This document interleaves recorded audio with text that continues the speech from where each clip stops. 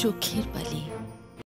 আমি ঠিক করেছি যে আশাকে আমি নিজে আজকেই ওর জ্যাঠামশাইয়ের বাড়িতে পৌঁছে দিয়ে আসবো। আজই? মানে দুটো দিন বাদে গেলে হতো না? না হতো না কাকিমা।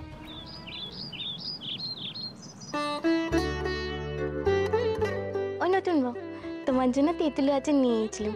আমি তো তেমন কিছু পারিনি, তাই একটু তেঁতুল আচার করেছিলাম। এই সময় নাকি তেঁতুল আচার খেতে খুব স্বাদ লাগে, তাই তুমি ইচ্ছে মতন খেয়ে নিও। হ্যাঁ আচ্ছা ভাই।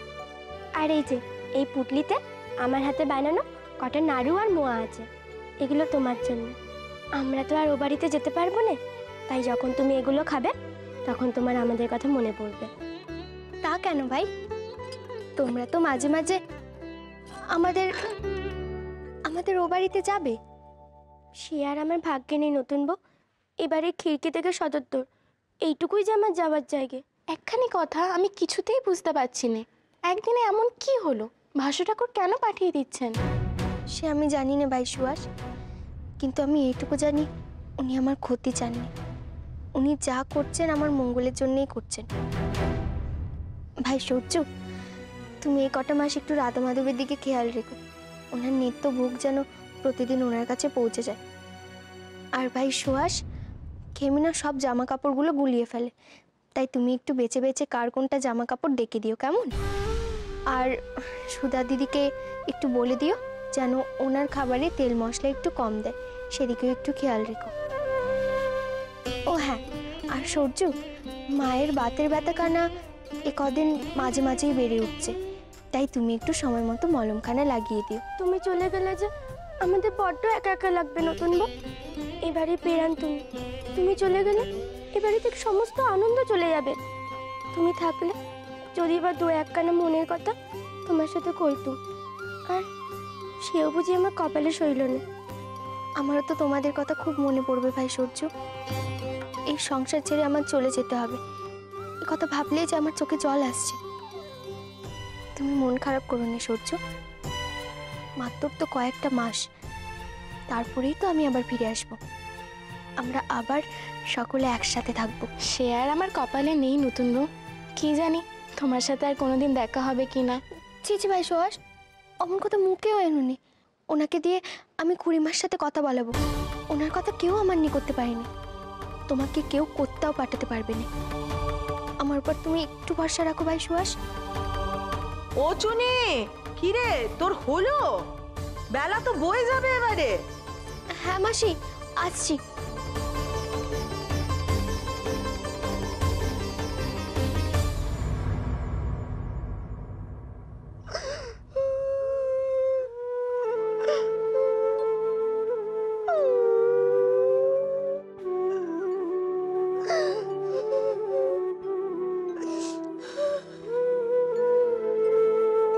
মা,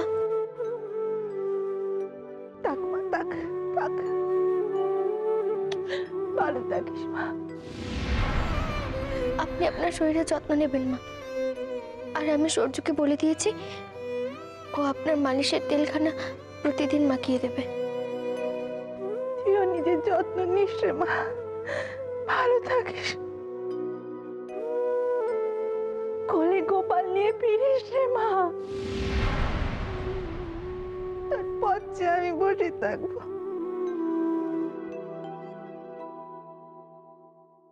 বুঝি না, পোয়াতি বউয়ের সামনে ওই কালনাগিনীর সাথে ফষ্টি নষ্টি করতে অসুবিধে হচ্ছে, তাই ভালোই ফোন দিয়ে এঁটেছে ময়ূর।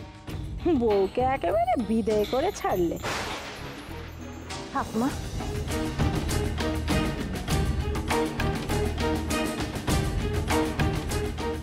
লক্ষ্মী মেয়ে হয়ে থাকবি কেমন? সময় মতো খাওয়া দাওয়া করে নিস। মোটে তো 6টা মাস, দেখতে দেখতে কেটে যাবে। এই বেশ ভালো হলো। বালির ফিরে আসতে আসতে এখনো 6-7 মাস। এই সুযোগে মহেন্দ্রবাবুকে বেশ ভালো মতো পরখ করা যাবে। কত বড় পুণ্যটা পুরুষ মানুষ সে আমিও দেখ।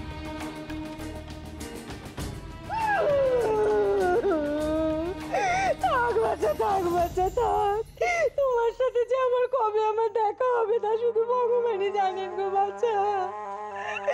বলি কি বাচ্চা, তুমি চলে যাবে তো আমার না একেবারে বুকের ভেতরটা কিরকম জ্বলে পুড়ে খাক হয়ে যাচ্ছে গো বাচ্চা। কাল থেকে এই বাড়িতে একেবারে আধার নেমে আসবে গো বাচ্চা। যাও বাচ্চা যাও, আমি আর সহ্য করতে পারছি না, চলে যাও বাচ্চা। এই কয়েক মাসে মহেন্দ্রবাবুকে এমন আঁচলে বাঁধবো যে ওনার ভোলই পাল্টে দেব। এবাড়ির লোক দেখবে তাদের ছেলেকে কেমন করে কাঠপুতুলের মতো নাচায়। এই সংসারে তোর আর ফিরে আসা হবে না রে বালি।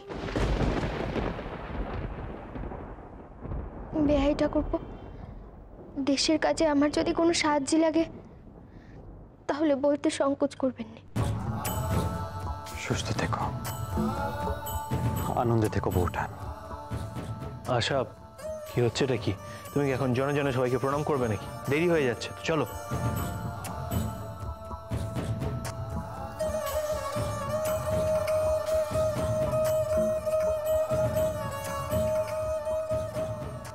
যাস নে মা, যাস নে, আমাকে ছেড়ে যাস নে মা।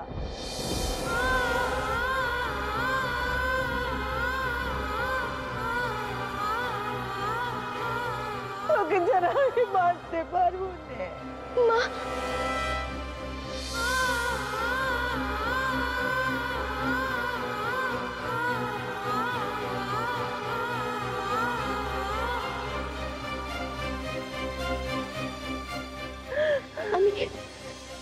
আমি কোথাও যাবো না, কোথাও যাবো না আমি মা।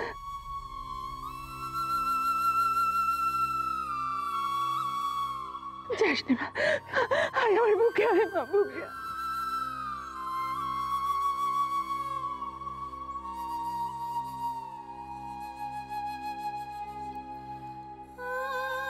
যাবে না? যাবে না মানে এটা কি আশা? যাবো না বললে তো এখন চলবে না, যেতে তোমাকে হবেই আশা। ও মহিন, তুই এত পাশানো হোস নে বাবা।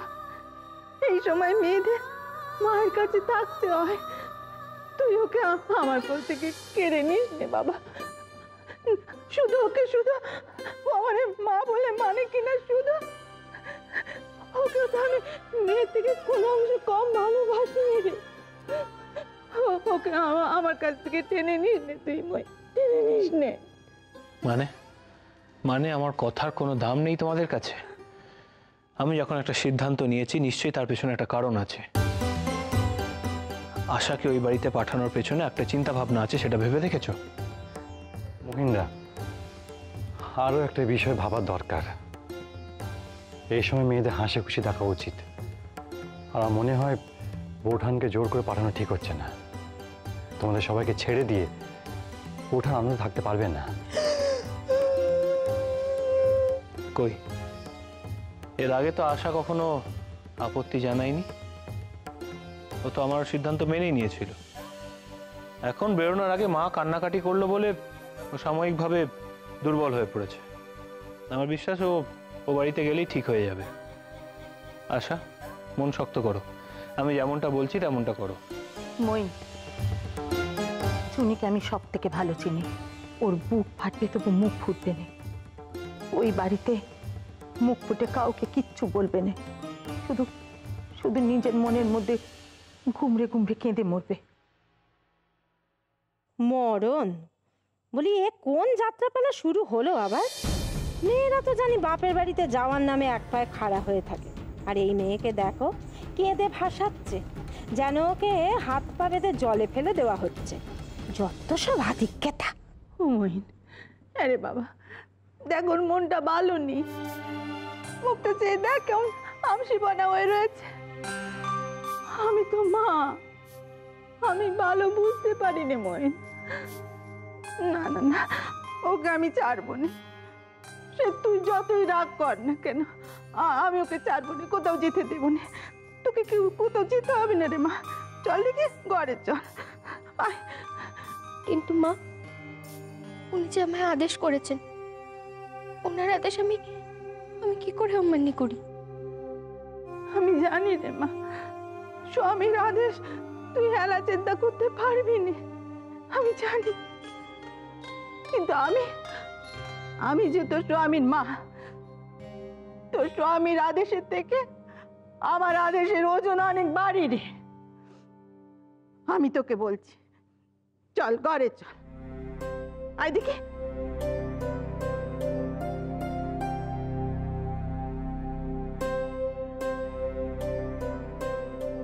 বড়মা তো ঠিকই করেছে, আমাদের নতুন বাড়িতে যাবার একদম ইচ্ছে ছিল না। কিন্তু ভাসুর ঠাকুর যে খুব রেগে গেছেন সূর্য। দাদাবাবু, বৌদিমণির এই বাক্সখান ওপরের ঘরে রেখে আসি। যা ইচ্ছা করবে করো, আমার জিজ্ঞেস করার কোনো দরকার নেই। মহিন্দা, তোমার সাথে কথা আছে, তুমি আমার সাথে ঘরে চলো। এসো। তুমি যেভাবে তাড়াহুড়ো করে বৌঠানকে তার জ্যাঠামশাই বাড়িতে পাঠিয়ে দিতে চাইছিলে, তাতে মনে হচ্ছিল কেউ যেন তোমাকে তাড়া করছে। কাকে তুমি ভয় পাচ্ছিলে সেটা আমি বুঝতে পেরেছি, কিন্তু কেন সেটা বুঝিনি।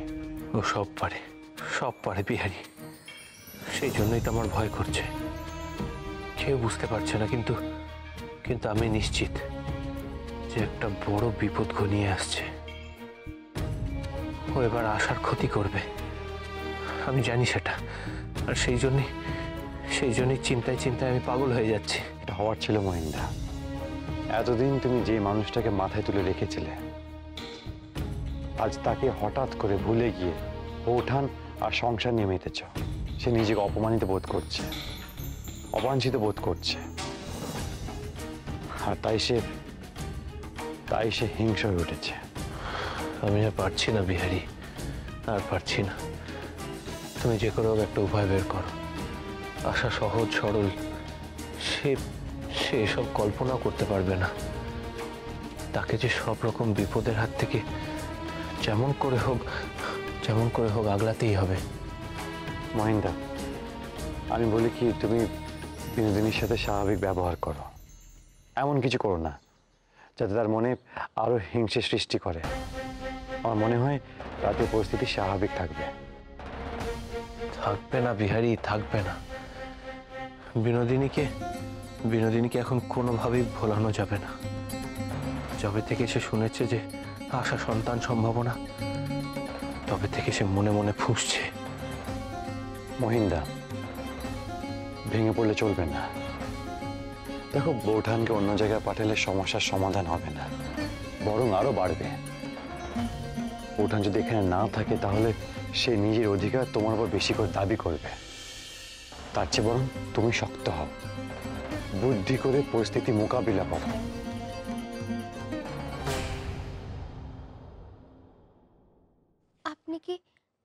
আপনি কি আমার উপর রাগ করেছেন? তোমার উপর না, তোমার উপর আমি রাগ করতে পারি। তবে হ্যাঁ, রাগ যদি বলো তাহলে মা কাকিমা ওনাদের উপর করেছি বটে। কিন্তু ওনাদের যে ভারী কষ্ট হচ্ছিল। আচ্ছা, ওনাদের কষ্টটাও কি তোমার নিরাপত্তার থেকে বেশি হলো? দেখো, আমি কেন বারণ করেছি সেটা বোঝার ক্ষমতা তোমার নেই আমি জানি, কিন্তু ওনারা তো অভিজ্ঞ, ওনাদের তো বোঝা উচিত ছিল, কিন্তু বুঝলেন না। কি বলবো, এটা আমারই দুর্ভাগ্য। শোনো আশা, তোমার এবং তোমার সন্তানের নিরাপত্তা এখন কিন্তু ভীষণ দরকারি। কিন্তু এই সংসারের চেয়ে নিরাপদ আশ্রয় আর কি হতে পারে, যেখানে মা মাসি এরা সব সময় আমার খোঁজ নিচ্ছেন, আমার মুখের সামনে এনে খাবার দিচ্ছেন।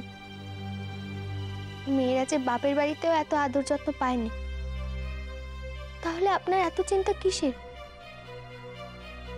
আশা, আমরা চোখের সামনে যেটা দেখি সেটা যে সবসময় সত্যি হতে হবে তার কোনো মানে নেই। আসল সত্যিটা অনেক সময়তেই এই সব কিছুর আড়ালে লুকিয়ে থাকে। আমি জানি তুমি এবং আমাদের ভাবী সন্তান নিরাপদে নেই। একটা বিপদ, একটা অসম্ভব বড় বিপদ আসতে চলেছে, সেটা আমি বুঝতে পারছি। বিপদ? কিন্তু কিন্তু কিসের বিপদ? আসছে আসছে আসছে আশা, বিপদ যে আসছে সেটা সেটা আমি বুঝতে পারছি, সে ব্যাপারে আমি নিশ্চিত। তো ভেবে দেখো না, আমি আমি কি নিজে চাই যে তুমি আমাকে ছেড়ে তোমার জ্যাঠামশাইয়ের বাড়িতে গিয়ে থাকো এত দূরে? কিন্তু কি করব, তোমাকে এত দূরে পাঠানো ছাড়া আমার কাছে যে আর কোনো উপায় নেই। কি হয়েছে? কি হয়েছে বলুন আমাকে, দয়া আপনার। আমার কাছে আপনি কিচ্ছুটি লুকোবেন না। দেখো আশা, আমি তোমাকে এসব কিছু জানাতে চাইনি, কারণ আমি জানি তুমি জানলে খামোখা দুশ্চিন্তা করবে। কিন্তু এখন যখন তুমি থেকেই গেলে তখন আর কি উপায়? এখন তো তোমাকে জানাতেই হবে। তোমার যে সাবধান হওয়াটা খুব দরকার। যে তোমার ক্ষতি করতে চায় তার থেকে তোমার সাবধান হতে হবে আশা। আমার ক্ষতি করতে চাইছে? কিন্তু কে? এ বাড়িতে কে আমার ক্ষতি করতে চাইবে? না না, এসব ভুল ধারণা মনে পুষে রাখা ঠিক না। এই কথাগুলো যে ভাবাও পাপ। আশা, আশা তোমাকে বোঝাই কি করে বোঝাই? বিশ্বাস করো এটাই সত্যি। আমি যে সারাক্ষণ ভয় করছে। এক মুহূর্তের জন্য আমি স্বস্তি পাচ্ছি না। তুমি একবারের জন্য আমার চোখের আড়ালে গেলেই আমার মনের ভেতরটা অশান্তিতে এবং ভয় ভরে যাচ্ছে। কি করব? সে যে উন্মাদ হয়ে গেছে, হিংসায় তার মাথা খারাপ হয়ে গেছে। সে যা খুশি তাই করতে পারে। কে? কার কথা বলছেন আপনি?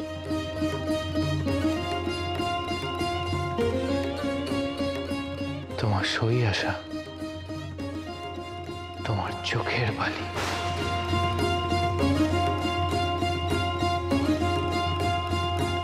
বালি?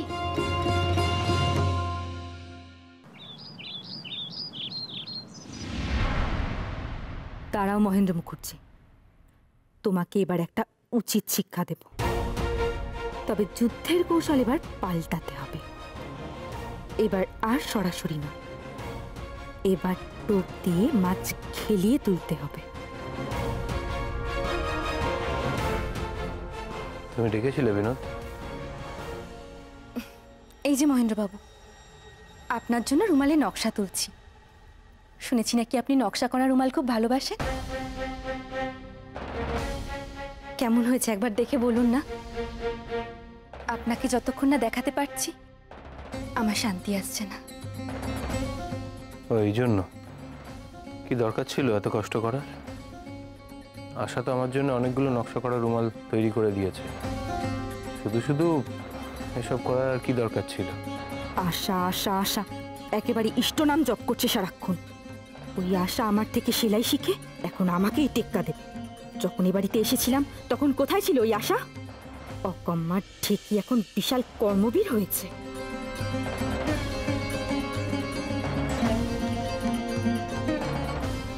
মহেন্দ্রবাবু, কোনো সময় অনেক কষ্টও আনন্দ দেয়। তুমি যদি যেচে কষ্ট নাও তাহলে আমার সত্যি কিছু বলার নেই বিনোদ। তোমার কি অন্য কিছু বলার আছে? নইলে আমি যাব। বলছিলাম কি, অনেকদিন তো তাসের আসর বসানো হয় না।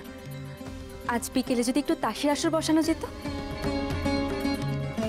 বিকেলে আমার কাজ আছে, আমি বাইরে যাব। ও, তাহলে না হয় থাক।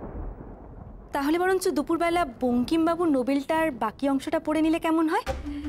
বেশ, আপনি স্নান সেরে ঘরে চলে আসুন। আমি নোবেল পাঠ করব আর আপনি বসে শুনবেন। দেখো বিনোদ, আমার পাশের পড়া আছে। পাশের পড়া ছেড়ে দুপুরবেলা তাসের আসর বসানোটা বোধহয় উচিত হবে না।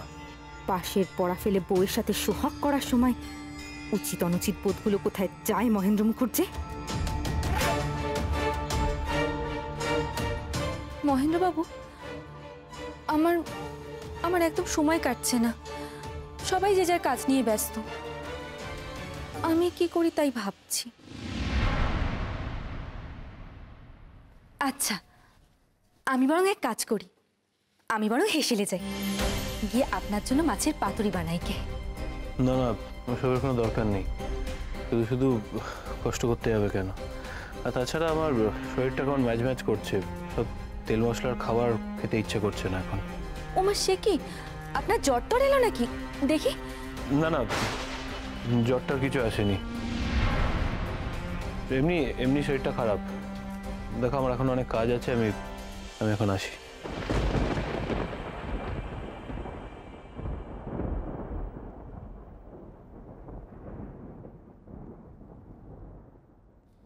খুব কোমর তোমার, তাই না মহেন্দ্র মুখার্জি? কোমর এক না একদিন ভাঙবে, আর সেদিন আমার পায়ের কাছে এসে সাদাসাদি করবে, তবেই আমার নাম বিনোদিনী দাস।